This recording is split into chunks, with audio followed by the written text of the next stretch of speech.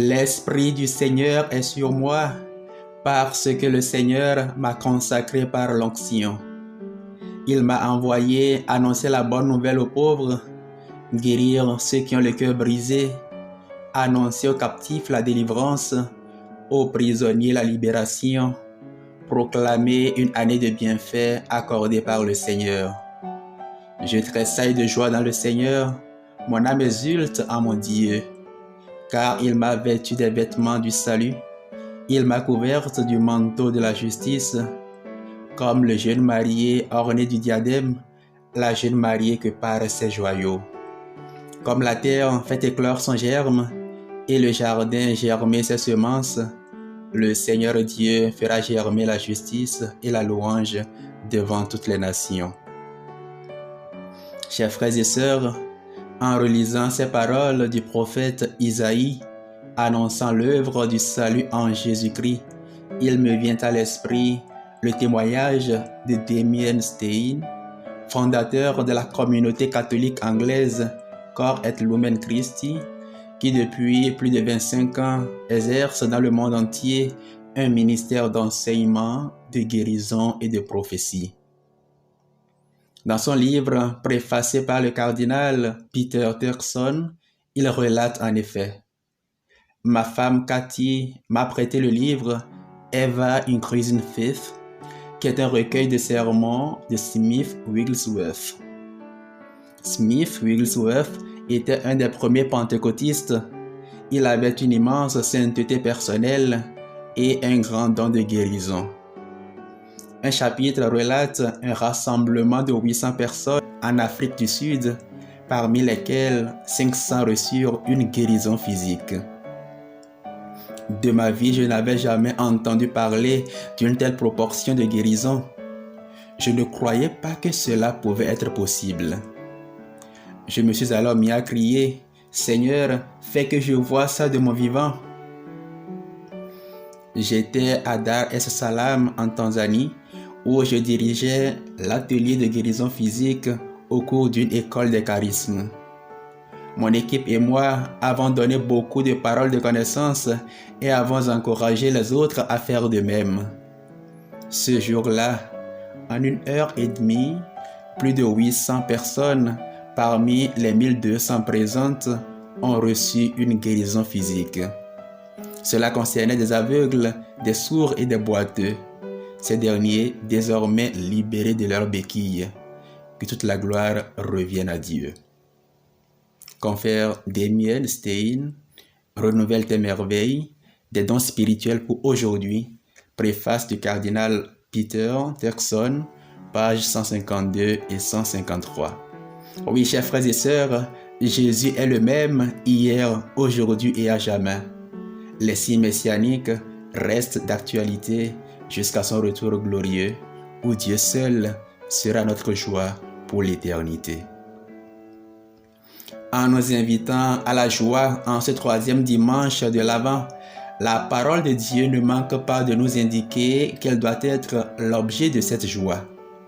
Ainsi, le prophète proclame: « Je tressaille de joie dans le Seigneur, mon âme exulte en mon Dieu. » Parole reprise par Marie dans le Magnificat: « Mon âme exalte le Seigneur, exulte mon esprit en Dieu mon Sauveur. » C'est dire que l'objet de notre joie doit être Dieu lui-même. Il nous demande de nous réjouir en lui, de mettre en lui notre joie, comme l'exprime si bien le psaume 37, bas 36, verset 4. « Mets ta joie dans le Seigneur, il comblera les désirs de ton cœur. » Ou encore Saint Paul: « Réjouissez-vous dans le Seigneur en tout temps. » Philippiens 4, 4. Dans la tradition de l'Église, Saint Jean de la Croix est probablement celui qui a le plus développé et radicalisé cette doctrine. Entreprenant en effet de conduire l'âme au sommet de l'union avec Dieu, Jean de la Croix lui recommande de ne mettre sa joie en rien d'autre que Dieu, d'éviter tout attachement au bien créé, bien temporel, bien naturel, bien sensible, bien moraux, bien surnaturel, voire bien spirituel, pour ne s'attacher qu'à Dieu seul et trouver en lui seul sa joie. Confère Jean de la Croix, œuvre complète, les éditions du Cerf, Paris 2010, page 824 et suivant.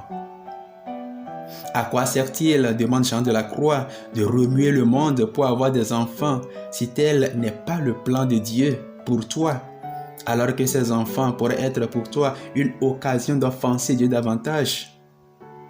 Sais-tu si la satisfaction que tu en attends pourrait se transformer en amertume, la joie et la consolation en douleur et chagrin, l'honneur en infamie? À quoi sert-il de mettre ta joie dans ta beauté ou de te fatiguer pour en avoir davantage? Absalom, le fils de David, était l'un des plus beaux hommes que la terre ait jamais porté. La Sainte Écriture, qui ne saurait mentir, déclare: il n'y avait personne dans tout Israël d'aussi beau qu'Absalom. De la plante des pieds au sommet de la tête, il était sans défaut. Confère 2 Samuel, chapitre 14, verset 25. Mais quel profit Absalom a-t-il tiré de sa beauté, si ce n'est péché, scandale et mort honteuse? Pourquoi bouleverser le monde pour avoir femme ou mari si l'heure de Dieu n'a pas sonné ou si son plan est autre? Alors que tu n'es pas sûr de mieux servir le Seigneur dans le mariage, d'en être plus heureux ou plus heureuse. L'histoire nous apprend que de grands hommes, s'ils avaient pu renoncer au mariage pour Dieu, auraient accompli le plan glorieux de Dieu pour eux, ainsi que pour le monde, et auraient été plus heureux dans ce monde comme dans l'autre. À quoi sert-il de pouvoir chasser les démons, de mettre sa joie à guérir les malades, à parler en langue, donner des paroles de connaissance, annoncer l'avenir, faire des miracles, ressusciter les morts, si l'orgueil que tu tires de l'exercice de ces dons peut te conduire en enfer? Au demeurant, il est important de noter que ce que Saint Jean de la Croix condamne, ce ne sont ni les biens ou les talents en eux-mêmes, ni leur possession, ni même une certaine satisfaction qu'ils peuvent procurer à notre condition terrestre. Ce qu'il condamne, c'est l'attachement à ces biens. Attachement qui fait qu'on les recherche à tout prix et quand on les a trouvés, on craint de les perdre. On craint de les perdre. Attachement qui fait qu'on y met tellement son cœur que quand on les perd, le cœur ne trouve plus de repos. Or, pour que Dieu soit pleinement notre joie, il est nécessaire que notre cœur soit libre. Ce qui est requis, ce n'est donc pas la privation, mais le détachement. C'est à cette condition que Dieu peut être notre joie et sa loi notre plaisir. L'extrait d'Isaïe que nous méditons finit par ces mots: le Seigneur Dieu fera germer la justice et la louange devant toutes les nations. Dans l'Ancienne Alliance, le juste, c'est celui qui se plaît dans la loi du Seigneur. Confère Psaume 1. Lorsque nous lisons le Psaume 119, nous percevons à quel point la loi du Seigneur est pour le psalmiste motif de joie. Au verset 16, par exemple, il dit « Je me réjouis de tes commandements ». Puis au verset 92, « Ta loi fait mes délices ». Cela peut sembler bizarre pour nous aujourd'hui parce que quand on parle de loi ou de commandement, nous pensons spontanément à ce qui restreint notre liberté. Mais de quoi s'agit-il? Dieu ne veut que notre bonheur. Il nous a créés pour que nous soyons heureux. C'est ce que visent ses commandements, c'est cela sa loi. Et lorsqu'il nous commande de faire quelque chose, c'est pour nous rendre heureux. Dieu ne peut pas nous demander de faire quelque chose pour nous rendre moins heureux et Dieu ne peut pas nous appeler à le servir pour nous rendre moins heureux. Dieu ne peut pas t'appeler au mariage pour te rendre moins heureux. Dieu ne peut pas te demander un service dans ta communauté paroissiale ou ton groupe de prière pour te rendre moins heureux. Dieu ne peut pas t'appeler à être prêtre, religieux ou religieuse, vierge consacrée ou laïque engagé pour te rendre moins heureux. Tout commandement de Dieu vise une croissance de notre joie et de notre bonheur. Quand Dieu nous demande quelque chose, c'est toujours pour nous rendre plus heureux parce qu'il ne veut que notre bonheur. Bien souvent, le malin nous fait croire autre chose pour poser Dieu en ennemi de notre bonheur. C'est la tentation originelle, c'est la tentation d'hier et d'aujourd'hui, c'est la tactique qui lui marche le mieux et bien souvent nous le croyons et condamnons Dieu. C'est ce qui fait dire Jésus à Sainte Gertrude, je cite, « Je voudrais bien que mes amis me jugeassent moins cruel. Ils devraient me faire l'honneur de penser que je n'use de sévérité que pour leur bien et leur plus grand bien. Je le fais par amour.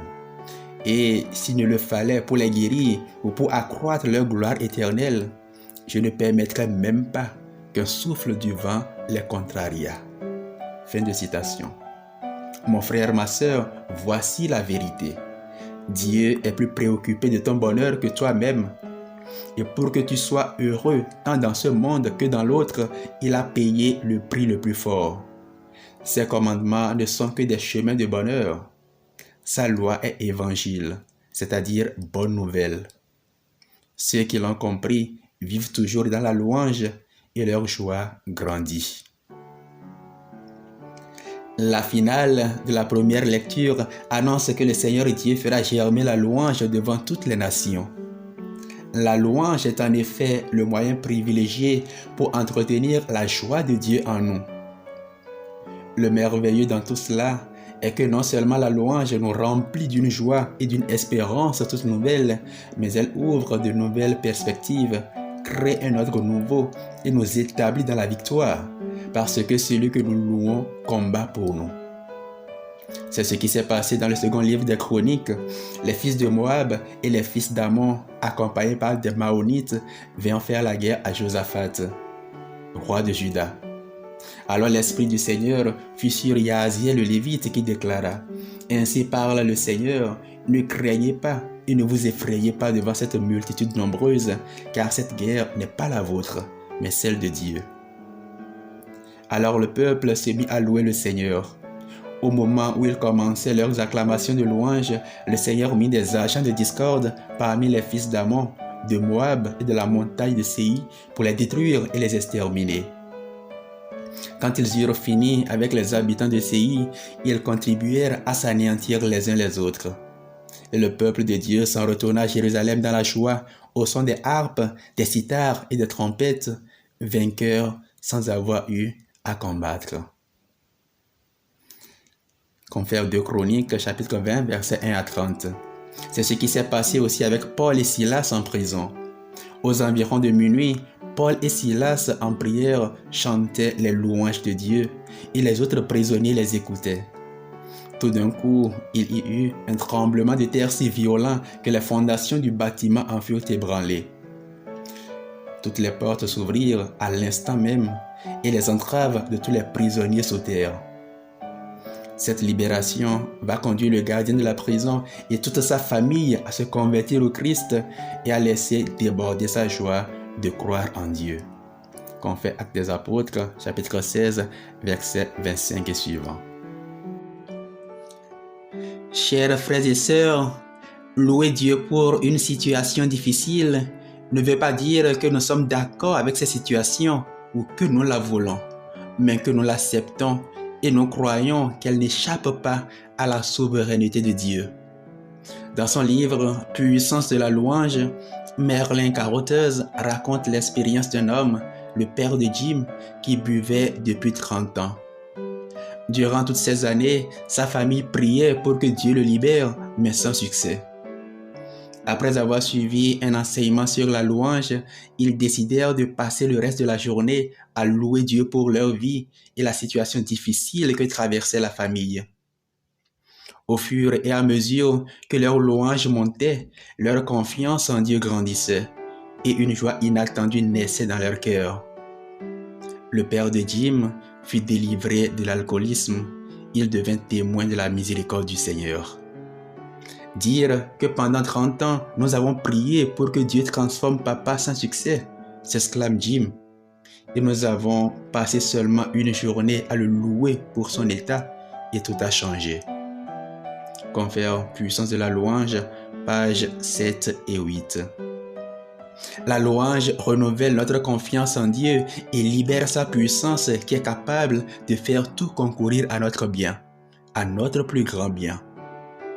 Une jeune institutrice était en vacances d'été quand le bureau du proviseur lui envoya une convocation pour la séance de répartition des postes de la nouvelle année scolaire.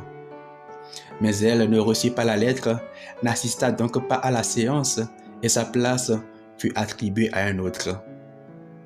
Après les vacances, elle se retrouva sans emploi, alors qu'il lui restait par ailleurs encore de lourds frais d'études à rembourser.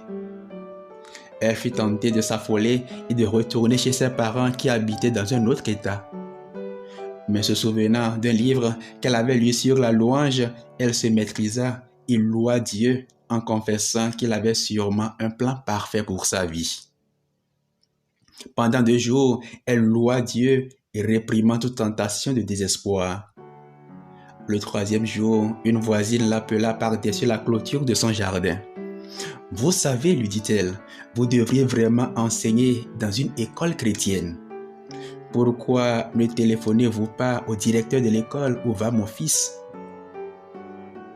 Et c'est ce qu'elle fit. À sa grande surprise, elle apprit que le poste d'institutrice pour les enfants de 6 ans était soudain vacant. Elle se présenta, fut engagée et son nouvel emploi lui convenait bien mieux que le premier. Confère Puissance de la louange, pages 163 et 164. Chers frères et sœurs, chers amis, une louange à la gloire de Dieu, c'est ce que toute notre vie est appelée à être. C'est ce que fut la vie de Saint Joseph que le pape François nous invite à imiter en cette année spéciale de Saint Joseph, promulguée depuis le 8 décembre 2020 et qui connaîtra son point d'orgue le 8 décembre 2021. Par l'intercession de Saint Joseph, que ceux qui ont perdu leur joie puissent la retrouver, que descende sur chacun de nous l'esprit de louange et d'adoration, afin que notre joie soit parfaite et jamais ne tarisse. Amen.